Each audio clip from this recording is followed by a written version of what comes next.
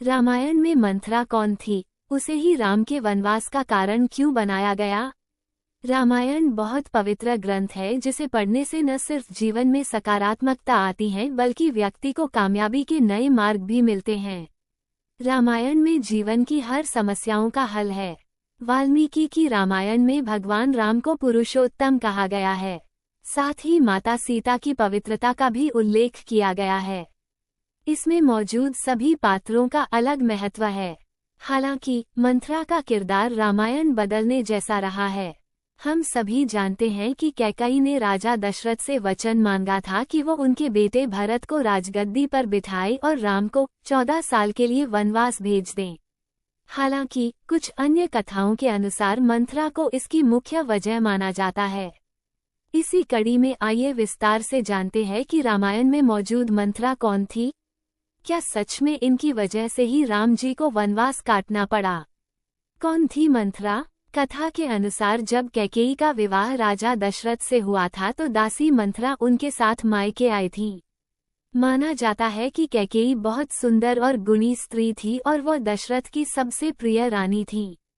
कैकेयी के पिता के भाई बृहदश्व की बेटी रेखा और कैकेयी बचपन से ही अच्छी दोस्त थीं।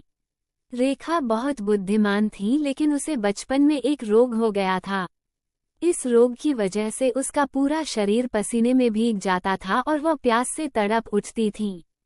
कहते हैं कि एक दिन जब रेखा को बहुत तेज प्यास लगी तो उन्होंने इलायची, मिश्री और चंदन से बना हुआ शरबत पी लिया।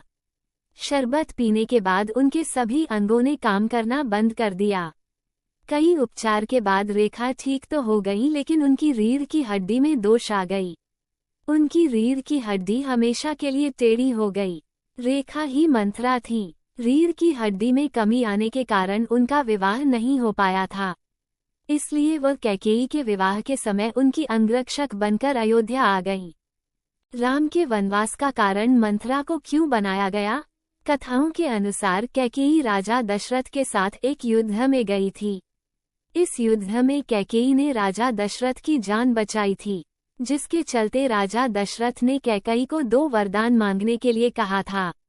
जब कई सालों बाद श्री राम के राज्याभिषेक की बात चली तो मंथरा को बेचैनी हो गई।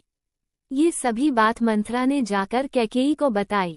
ये सभी बात सुनकर कैकेयी खुशी से झूम उठी और आनंद में डूब गई, क्योंकि भगवान राम उस समय सभी के प्रिय थे। माना जाता है कि इस दौरान मंथरा ने कैकेयी को राम के खिलाफ जमकर भड़काया, लेकिन फिर भी कैकेयी ने मंथरा की बात नहीं मानी। तभी मंथरा के बहकावे पर कैकेयी को उस 2 वरदान की याद आ गई जो राजा दशरथ ने उनसे मांगने के लिए कहा था। इस बात पर विचार करती हुई कैकेयी भवन में जाकर बैठ गईं। उन्होंने राजा दशरथ को अपने 2 वरदान की याद दिलाई। जब राजा दशरथ ने कैकेयी से वो वरदान मांगने के लिए कहा तो कैकेयी ने अपने वरदान के रूप में राम का वनवास और भरत के लिए राज्य मांगा। ये सभी बात सुनकर राजा दशरथ चौंक उठे।